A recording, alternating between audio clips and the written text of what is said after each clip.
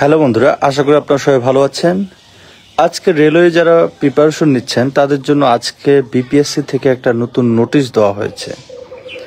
সেই নোটিশে স্পষ্ট বলা হয়েছে যে যারা আবেদন করেছিলেন রেলওয়ে এর আগে তারা পরীক্ষা দিতে পারবেন। তবে এই নোটিশে আরও কিছু বলা হয়েছে যে পরীক্ষা পদ্ধতি এবং পরীক্ষার ধরন, সিলেবাস ও সময়সূচি পরিবর্তন হয়েছে। তো তারা এই পদ্ধতিগুলা আবার নতুন করে জানিয়ে দিবে এবং সেটা তাদের ওয়েবসাইটে দিয়ে দিবে কবে হবে। তবে আমি যেটা জানতে পারলাম সেটা নিয়ে একটু আলোচনা করব, আপনাদের একটু আগেই ধারণা দেওয়ার চেষ্টা করব যে কেমন এবার পরীক্ষা পদ্ধতি হতে পারে, কবে পরীক্ষাটা হতে পারে। তো আপনারা যারা যুক্ত হয়েছেন একটু কমেন্ট করবেন কারা কোথা থেকে এই ভিডিওটা দেখছেন। তো আপনাদের যেমনটা আমি এর আগেও বলেছিলাম লাইভে যে রেলওয়ে পরীক্ষা সিস্টেমটা একটু পরিবর্তন হতে পারে, বিশেষ করে এমসিকিউ যে পরীক্ষাটা হবে এখানে কিন্তু ডিপার্টমেন্টে যে তারা ইনক্লুড করবে এটা এর আগের নোটিশে বলা ছিল না। তবে এই নোটিশে যেটা বললো যে সিলেবাসটা চেঞ্জ হবে, পরীক্ষার সময়টা পরিবর্তন হবে। অনেকেই একটা প্রশ্ন করেন যে স্যার তাহলে পরীক্ষাটা কবে হতে পারে। পরীক্ষা কিন্তু এই মাসের শেষের সপ্তাহে হওয়ার যে একটা সম্ভাবনা ছিল সেই সম্ভাবনাটাকে তারা কিন্তু এই নোটিশের মাধ্যমে না করে দিল যে না, এই মাসের শেষে পরীক্ষা হবে না। তো পরীক্ষা কবে হতে পারে, প্রিপারেশনটা কিভাবে নেবেন? আসলে দেখুন, তার মানে এই মাসে আপনাদের আর কোনো পরীক্ষা হচ্ছে না, পরে হচ্ছে আপনাদের পরের মাসে ঈদ। তো বোঝা যাচ্ছে এই পরীক্ষাটা মেবি ঈদের পরে হবে, মেবি মানে ঈদের পরেই হবে। রেলওয়ে পরীক্ষা যেটা হবে সেটা ঈদের পরে। তাই আমি আপনাদের আজকের লাইভে কিছু কথা বলবো, ভালো করে শুনুন, খুব কাজে লাগবে। বিশেষ করে ধরে রাখুন কমপক্ষে 1.5 মাস বা 2 মাস সময় লাগবে বা 2 মাস সময় লাগতে পারে এই রেলওয়ে পরীক্ষাটা হতে। কারণ ঈদের বন্ধই তো অনেক দিন আছে, ঈদের বন্ধই এবার প্রায় 10 দিন ঘোষণা করেছে, ঈদের বন্ধ 10 দিন প্রায় ঘোষণা করেছে। তো সেই দিক থেকে দেখা গেলে এই মাসে যদি না হয় তারপরে মাসে ঈদ শুরুর দিকে 10 দিন ঈদের বন্ধ থাকবে, প্রায় আপনি আরও 1.5 মাস সময় পাচ্ছেন, 1.5 মাস থেকে 2 মাস। তার মানে রেলওয়ে পরীক্ষাটা পিছিয়ে গেল এবং আরও 1.5 মাস থেকে 2 মাস পরে এই পরীক্ষাটা হবে। এবং পরীক্ষা যেটা যে যারা আবেদন করেছিলেন সেই শুরুতেই কিন্তু যে পরীক্ষাটা হয়ে গেছে সেটা যারা যোগদান করতে পারেনি তারাও যোগদান করবেন। তো এটা নিয়ে অনেকে ক্ষোভ প্রকাশ করেছেন, অনেকে এটা বলেছেন যে দাদা এটা নিয়ে কিছু করা যায় কিনা, যে আমরা যারা প্রথমবার একটা পরীক্ষা দিতে পারিনি তখন দেশের অবস্থা একটু খারাপ ছিল, তাই আমরা আবার যেন পরীক্ষা দিতে পারি এটা নিয়ে কিছু বলেন। তো এটা এবার বিপিএসসি বলে দিয়েছে যে হ্যাঁ সবাই পরীক্ষা দিতে পারবে, যারাই রেজিস্ট্রেশন করেছিল রেলওয়ে পরীক্ষার জন্য সবাই পরীক্ষা দিতে পারবে। তাহলে একটা মোটামুটি ফিক্সড যে সবাই পরীক্ষা দিতে পারছেন। সিলেবাসটা পরিবর্তন হবে এবং এবার বিপিএসসি আমার যতটুকু ধারণা যে তারা একবারে ক্লিয়ারলি বলে দিবে যে এমসিকিউ কি থাকবে, লিখিত নিলে লিখিত কি থাকবে। যেহেতু 5টা ক্লাস্টার করছে, আমার যতটুকু ধারণা যে এই 5টা ক্লাস্টারই থাকবে। তবে ক্লাস্টারে কিছু কিছু সিস্টেম পরিবর্তন করবে তারা। যেমন নাম্বার ক্লাস্টারে যেটা দিয়েছিল ফিজিক্স রসায়ন, এটা অনেকেরই বোধগম্যের বাইরে যে এটা এখান থেকে কি দিবে, কি আসতে পারে। তো তারা এবার এই ক্লাস্টার সিস্টেমটা পরিবর্তন করবে, ঠিক আছে। এবং ওই ক্লাস্টারে আরো বিস্তারিত বলে দিবে ডিটেলস যে কোন কি টপিক থেকে হবে। তো বিপিএসসির এবার পরীক্ষাটা এমন হতে পারে যে এমসিকিউ এবং রিটার্ন দুইটাই নেবে। তবে এমসিকিউ এবার বলে দিবে যে ডিপার্টমেন্ট থেকে তারা 40 মার্ক অথবা 30 মার্ক এরকম থাকবে, এটা তারা বলে দিবে। 100 মার্কের এমসিকিউ আমার আইডিয়াতে জাস্ট আপনাদের সাথে শেয়ার করছি যে নতুন যে সিলেবাসটা হতে পারে তারা এটা তো ওয়েবসাইটে দিবে। আমার মতে সেইখানে আপনাদের 100 মার্কের এমসিকিউ পরীক্ষা, যার মধ্যে ডিপার্টমেন্ট থাকবে 40 মার্ক, নন ডিপার্টমেন্ট থাকবে 60 মার্ক এবং ক্লাস্টার অনুযায়ী যেগুলো ভাগ করা হয়েছে সেই অনুযায়ী রিটার্ন পরীক্ষা নেবে। তবে ক্লাস্টারের সিলেবাসগুলো একটু পরিবর্তন করবে, কারণ এর আগের উপরের দিকে সিলেবাসগুলো অনেকে বুঝতে পেরেছিল, বাট নিচের দিকে সিলেবাসগুলো অনেকেই বুঝতে পারেনি। তো তাদের জন্য এটাই যে সিলেবাসটা পরিবর্তন করবে। তো এই জন্য আপনাদের জন্য একটা পরামর্শ, যারা প্রিপারেশন নিচ্ছেন, দেখুন মূলত এই রেলওয়ে কিন্তু এমসিকিউ পরীক্ষা হবে। তারপরে আপনারা যে বিপিএসসি ডিএম সার্কুলার সহ অন্যান্য যে সার্কুলারগুলো আবেদন করেছিলেন সেইগুলোতেও কিন্তু এমসিকিউ পরীক্ষাই হবে। এছাড়াও এলজিইডির সমাধান হলে সেটা তো এমসিকিউ পরীক্ষা হবে। তাই আমার পরামর্শ হচ্ছে যারা প্রিপারেশন নিচ্ছেন এমসিকিউ এর জন্য খুব ভালোভাবে একটা প্রিপারেশন নেন, খুব ভালোভাবে, একবারে বেসিক থেকে বলতে কিরকম, যে কোনো শর্টকাট সাজেশন না, কোনো শর্টকাট সিলেবাস না, কোনো শর্টকাট শিট না, একবারে একটা বই ধরে একটা নির্দিষ্ট সিলেবাস ফলো করে, যে টোটাল সিলেবাস এটা আমি এটা এখন কভার করব, এখন থেকে এটা কভার করব। এইভাবে কোনো ছোট শিট, কোনো ছোট বই, কোনো ছোট সাজেশন, এগুলো থেকে এখন একটু দূরে সরে যান। কারণ এই ছোট ছোট জিনিস পড়ে কখনো বড় কিছু অর্জন করা সম্ভব না। বেসিক থেকে পড়ুন, বুঝে বুঝে পড়ুন, এতে আপনার মার্ক বাড়বে। সিভিল ডিপার্টমেন্টের জন্য বলবো, যেহেতু ডিপার্টমেন্ট এমসিকিউ থাকবে রেলওয়েতে, আপনারা ডিপার্টমেন্টের জন্য আমার বইটা ফলো করুন। আমি যে বইটা বাজারে বের করেছি সেই বইটা কিন্তু আপনাদের খুব কাজে লাগবে। সেই বইটাতে আপনি যদি ভালো করে পড়াশোনা করেন দেখবেন একবারে সবগুলা আপনাদের থাকবে। বিশেষ করে আপনি যদি এই ডিপার্টমেন্টে ব্যাখ্যা সহ জিনিসগুলো পড়েন খুবই কাজে লাগবে। এই জন্য যারা রেডিমিক্স সিভিল ইঞ্জিনিয়ারিং এমসিকিউ বইটা এখনো সংগ্রহ করেননি সেই বইটা সংগ্রহ করুন, খুবই কাজে লাগবে, খুবই কাজে লাগবে।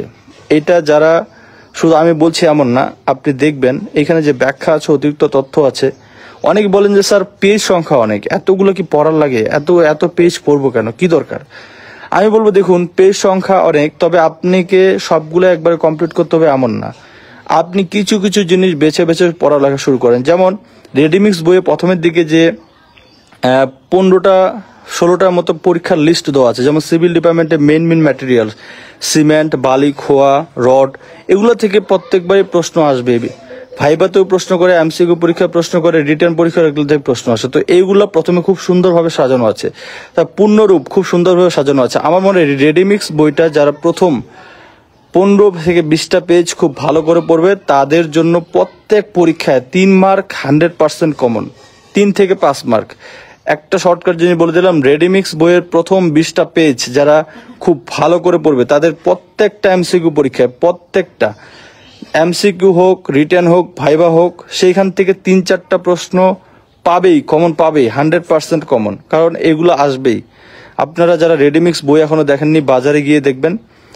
এই যেমন আপনি এখানে 20টা পেজ পড়বেন, প্রত্যেক পরীক্ষায় এটা এমসিকিউ হোক, রিটার্ন হোক, ভাইবা হোক, এখান থেকে 4-5টা প্রশ্ন আপনি কমন পাবেনই।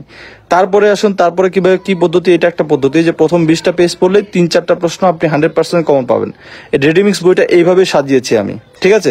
তারপরে দেখুন, তারপরে আপনি পড়বেন কনস্ট্রাকশন প্রসেস থেকে সবচাইতে বেশি, কনস্ট্রাকশন প্রসেস এবং ইঞ্জিনিয়ারিং ম্যাটেরিয়ালস, এই দুইটা সাবজেক্ট থেকে সবচাইতে বেশি এমসিকিউ আসে। আমাদের সিভিল ডিপার্টমেন্টে প্রত্যেকটা সাবজেক্ট থেকে সমান সমান এমসিকিউ আসে না, ঠিক আছে? বিপিএসসিতে যে পরীক্ষাগুলো হবে, সিভিল ডিপার্টমেন্টে যে 40টা এমসিকিউ থাকে, প্রত্যেকটা সাবজেক্টকে যে ভাগ করে দিবে সমান সমান ভাবে, এরকম কিন্তু না। এরপরে আপনাদের ইঞ্জিনিয়ারিং ম্যাটেরিয়ালস এবং কনস্ট্রাকশন প্রসেস, এই দুইটা সাবজেক্ট কমপ্লিট করবেন। রেডিমিক্স বই থেকে প্রথম 20টা পেজ আগে সবাই A to Z মুখস্থ করে ফেলবেন, খুব বারবার পড়বেন, রিভিশন দিবেন, কারণ এই প্রথম 20টা পেজ থেকে প্রতি পরীক্ষায় 4 থেকে 5 মার্ক আপনার কমন পড়বে। এটা এমসিকিউ হোক, রিটার্ন হোক, ভাইবা হোক, আপনি বইটা খুললেই বুঝতে পারবেন যে রেডিমিক্স বইয়ে প্রথম 20 পেজে কি কি দেওয়া আছে। তারপরে বলি, এই যে ইঞ্জিনিয়ারিং ম্যাটেরিয়ালস এবং কনস্ট্রাকশন প্রসেস, এই দুইটা সাবজেক্ট থেকে আরো ভালো এমসিকিউ থাকবে, কমপক্ষে 8টা থেকে 10টা অথবা মাঝে মাঝে 7টা-8টা এমসিকিউ থাকে শুধুমাত্র এই সাবজেক্টগুলো থেকে, ইঞ্জিনিয়ারিং ম্যাটেরিয়ালস এবং কনস্ট্রাকশন প্রসেস। তাহলে আপনারা যারা রেডিমিক্স বই নেবেন তারা এই প্রথম 20টা পেজ পড়ার পর সেকেন্ড টার্গেট থাকবে এই দুইটা সাবজেক্ট কমপ্লিট করা, একটা ইঞ্জিনিয়ারিং ম্যাটেরিয়ালস আর একটা কনস্ট্রাকশন প্রসেস।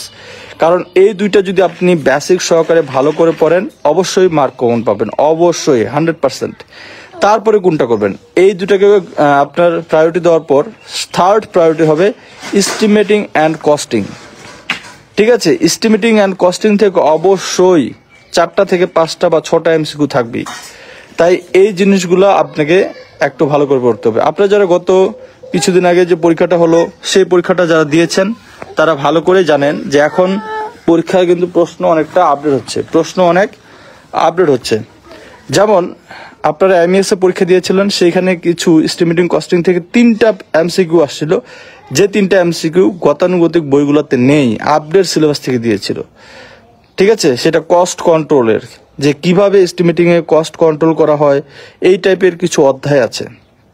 তো এগুলো এখন থেকে পড়তে হবে। তো তাহলে বললাম কি, ইঞ্জিনিয়ারিং ম্যাটেরিয়ালস, কনস্ট্রাকশন প্রসেস, এই দুটো আগে কমপ্লিট করবেন রেডিমিক্স বই থেকে, তারপরে কমপ্লিট করবেন এস্টিমেটিং কস্টিং। এটা কিন্তু তারপরে প্রায়োরিটি। তো রেডিমিক্স বই যারা নেবেন, এইভাবে ধাপে ধাপে আপনাকে অধ্যায় সাবজেক্ট ভিত্তিক কমপ্লিট করতে হবে। সব সাবজেক্টকে সমানভাবে গুরুত্ব দেওয়ার দরকার নেই।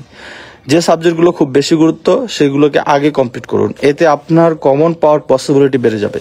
আর অবশ্যই ব্যাখ্যা সহ পড়ুন। ওই শর্ট শিট, ছোট বই কয়েকটা পড়লাম, কিছু পড়লাম, ব্যাখ্যা সহ পড়লাম না, এইভাবে কিন্তু মাথার প্রেশার বাড়বে।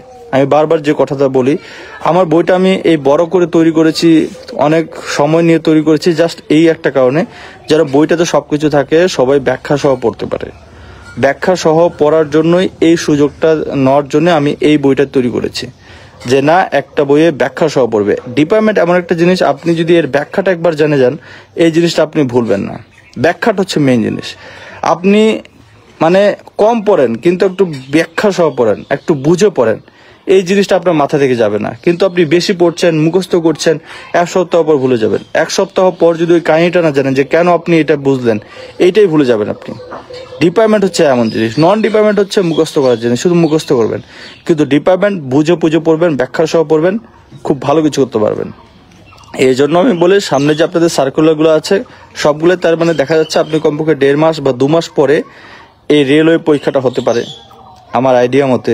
আজকে নোটিশে তাদের যেটা বুঝলাম সেই অনুযায়ী 1.5 থেকে 2 মাস। কারণ এখন থেকে এই মাসে পরীক্ষা হচ্ছে না, রেলওয়ে সেটা নোটিশ দিয়ে ক্লিয়ার করে দিল।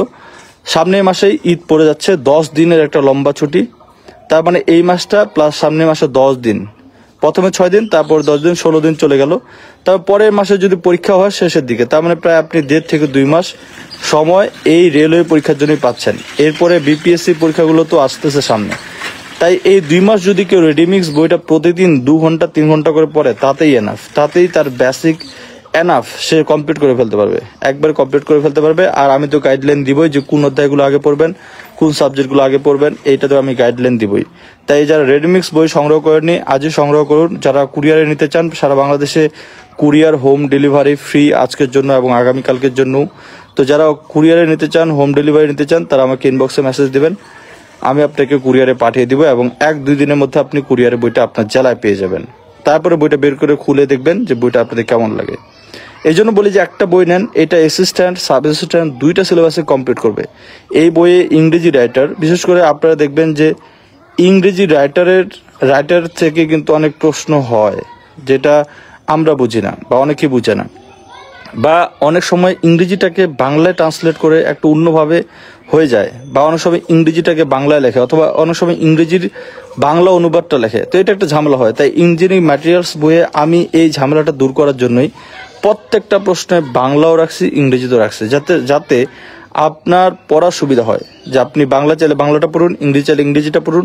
আবার যদি আপনার মনে হয় যে না, আমি বাংলা ইংরেজি দুইটাই একবার দেখে নিব যে এটার মানে কি ওটার মানে কি, পেয়ে যাবেন। এবং প্রত্যেকটা এমসিকিউ এর ব্যাখ্যা এবং অতিরিক্ত তথ্য এইটা বাংলায় দেওয়া আছে, প্রত্যেকটা এমসিকিউ এর। তো এই জন্য বলবো, যারা এখন থেকে প্রিপারেশন নিচ্ছেন, হাতে আপনাদের সময় আছে, 2 মাস তো কমপক্ষে পাচ্ছেন এই রেলওয়ের জন্য। আর অন্যান্য যে কিবাগুলো আছে এগুলোর জন্য সময় পাচ্ছেন। তো আপনাদের জন্য আমি মেসেজ, এই যে একটা লিঙ্ক এখানে পিন করে রাখছি, সেই লিঙ্কে আপনারা যুক্ত হবেন। আমি আপনাদের জন্য একটা লিঙ্ক এখানে পিন করে রাখছি, সেই লিঙ্কে আপনারা যুক্ত হবেন, একটা মেসেঞ্জার গ্রুপ, সেইখানে আপনাদের পরামর্শ দিব। আর যেটা বলে যে অনেকে এখন পড়ালেখাটা একটু বিস্তারিত শুরু করুন, এমসিকিউ পরীক্ষা তো, তাই না? একটু ডিপার্টমেন্টটা একটু বিস্তারিত পড়ুন। নন ডিপার্টমেন্টে ইংরেজিটা অবশ্যই বেসিক থেকে কমপ্লিট করবেন। বাংলা ব্যাকরণটাও বেসিক থেকেই পড়া উচিত, কারণ ব্যাকরণ না জানলে অনেক সময় ভুলে যাবেন। তবে জিকে, বাংলাদেশ বিষয়গুলি এবং আন্তর্জাতিক বিষয়গুলি, অথবা আইটি রিলেটেড যে কোশ্চেনগুলো, এগুলো মুখস্থ টাইপের, এগুলো যত বেশি পড়বেন, যত বেশি রিভিশন দিবেন, তত বেশি আপনার মাথায় থাকবে। ঠিক আছে? তাই বলি যে টেনশন করিয়েন না। অনেকে বললেন যে স্যার এটা কোনো কথা হলো যে পরীক্ষাটা পিছায় গেল। এখন এটা কিছু করার নাই, যেহেতু বিপিএসসির নোটিশ, তারা যেটা ভালো মনে করে সেটা করছে, পরীক্ষার ডেট পিছিয়ে গেছে। যাই হোক, এখন পড়ালেখাটা একটু ভালো করে শুরু করুন, একটু ভালো করে। আচ্ছা, একজন একটা কমেন্ট করেছেন, রেডিমিক্স বইয়ে কি শুধু ডিপার্টমেন্ট সাবজেক্টগুলো রয়েছে নাকি ডিপার্টমেন্ট নন ডিপার্টমেন্ট সবগুলোই?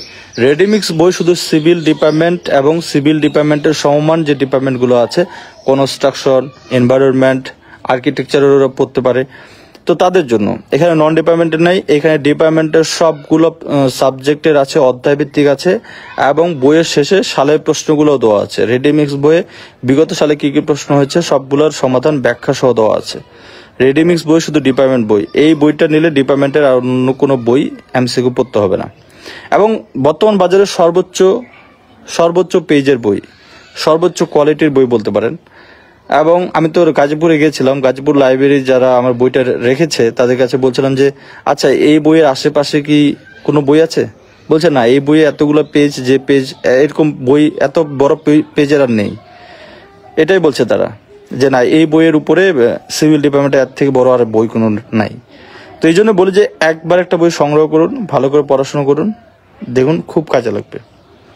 আর যারা মনে করেন সিভিল ডিপার্টমেন্টের, আমি তো দীর্ঘ 7-8 বছর থেকে ক্লাস নিচ্ছি, ইউটিউব চ্যানেল আছে, ওয়েবসাইট আছে। আসলে একটা কি জিনিস কি জানেন, যারা এগুলো নিয়ে ঘাটাঘাটি করে তারা ভালোই জানে যে কোথা থেকে প্রশ্ন হতে পারে, কিভাবে হতে পারে, কিভাবে পড়লে এটা ভালো করতে পারে, কি করতে পারে। তো আমার এই যে দীর্ঘদিন থেকে চিন্তা পরিশ্রম, সেইখান থেকে আমি আমার বেস্ট এফোর্ট দিয়ে এই বইটা তৈরি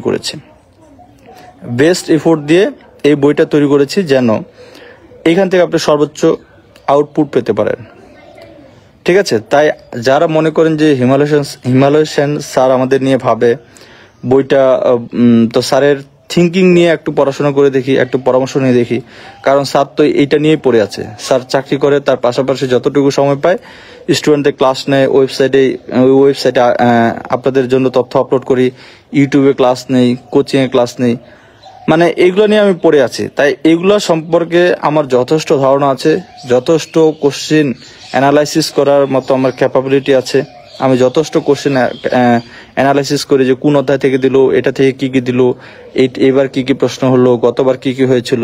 আপনি দেখবেন প্রত্যেকটা পরীক্ষার আগেই, প্রত্যেকটা সার্কুলারের সময় আমি ওই সার্কুলার নিয়ে পর্যাপ্ত ঘাটাঘাটি করি এবং সেটা নিয়ে সাজেশন বের করে সাজেশন দেই। তো এগুলো যে ঘাটাঘাটি করি, একটা অভিজ্ঞতা হয়ে গেছে যে কোন কোন চ্যাপ্টারগুলো থেকে কোশ্চেন করে, কিভাবে কোশ্চেন করে। তো সেই অভিজ্ঞতাটা আমি রেডিমিক্স বইয়ে অ্যাপ্লাই করেছি। এই জন্য আমি মনে করি রেডিমিক্স বইটা আপনার খুবই কাজে লাগবে। আয়েশা বলছেন যে স্যার বইটা নিতে চাই, ইনবক্সে মেসেজ দিছে। আচ্ছা, যারা বই নিতে চান তারা আমাকে ইনবক্সে মেসেজ দিবেন। আমার কাছে অনলাইনে অর্ডার করতে পারেন। অনেকে আপনারা মনে করেন যে কার কাছে অর্ডার করব, বই পাই কি না, যদি আবার কোনো প্রবলেম হয়। তো এই জন্য বলবো যে যেহেতু আমার বই, আমি নিজেই এই রিস্কটা নিচ্ছি, আপনারা সরাসরি আমাকে অর্ডার দিতে পারবেন, আমি আপনাদের কাছে বই পাঠিয়ে দেবো। বইটা মূলত আমি পাঠাই না, আমারও একটা লোক আছে, তাকে আমি এইটা আপনার মেসেজটাই হুবহু দিয়ে দিব, সে আপনাকে পাঠিয়ে দিবে। তাই বই যদি আপনার কাছে না যায়, আপনি আমাকে বলতে পারবেন যে স্যার বইটা এখনো পাইনি। আপনাকে আর অন্য কারো কাছে যাইতে হবে না, অন্য কারো কাছে খুঁজতে হবে না, আমাকে বললেই আমি সেটা দেখবো। যারা আমাকে অর্ডার করবেন অন্তত এটা নিশ্চিত যে আপনার বইটা আপনার হাতে পৌঁছাবে, টাকা মার যাবে না। আর এখন যেটা চলছে যে কুরিয়ার সার্ভিস চার্জ ফ্রি। তো এই সুযোগে আপনি যদি বইটা আপনার জেলায় নিতে চান, সারা বাংলাদেশের যে কোনো জেলায়, যেহেতু বইটা আপাতত শুধু গাজীপুর এবং নিউ মার্কেটে পাওয়া যাচ্ছে ঢাকায়, তো যারা নিজ জেলা থেকে এই বইটা সংগ্রহ করতে চান বা বিভিন্ন জায়গায় আছেন, তারা চাইলে কুরিয়ারে এখন নিতে পারেন, অন্তত একটা টাকা সেভ হয়ে যাবে। তো সবাই পড়াশোনা করুন। আমি একটা কথা বলবো যে অনেক সার্কুলার সামনে আছে, অনেকগুলো অ্যাপ্লাই করেছেন অন্তত আপনারা, তো অনেকের মন খারাপ হবে, কিন্তু আমি বলবো মন খারাপ করিয়েন না, এই মন খারাপটাকে আপনি শক্তিতে রূপান্তর করুন। মনে করুন যে আপনি আরেকটু পড়ার সুযোগ পেয়েছেন, এইবার জন্য এই চাকরিগুলো মিস না হয়, এইটাকে ভাবুন। সবসময় যে কোনো কিছু পজিটিভলি নেবেন। পজিটিভ যারা নেয় তারা কিন্তু অবশ্যই জয়ী হয়, আর যারা নেগেটিভ নেয় তারা হেরে যায়, হতাশ হয়, দুঃখ কষ্টে ডুবে যায়। সবকিছু পজিটিভলি ভাববেন যে আমি এই সার্কুলার জন্য আরো 2 মাস পড়ার সুযোগ পাইলাম সামনে। যেমন আবার আপনার ডিফার্ড মিনিস্ট্রি আছে, এলজিইডি সার্কুলার আসতেছে, এই রিটস খুব তাড়াতাড়ি সমাধান হয়ে যাবে। তো সবগুলোর জন্য একবারে একটা প্রিপারেশন নিন, একবারে। এটার জন্য 5 দিন পড়লাম, এই যে এটার জন্য 1 মাস পড়লাম, ওই সার্কুলার জন্য 2 মাস পড়লাম, ওই সার্কুলার জন্য 3 মাস পড়লাম। এই প্রিপারেশনটা সবচাইতে খারাপ, বুঝছেন?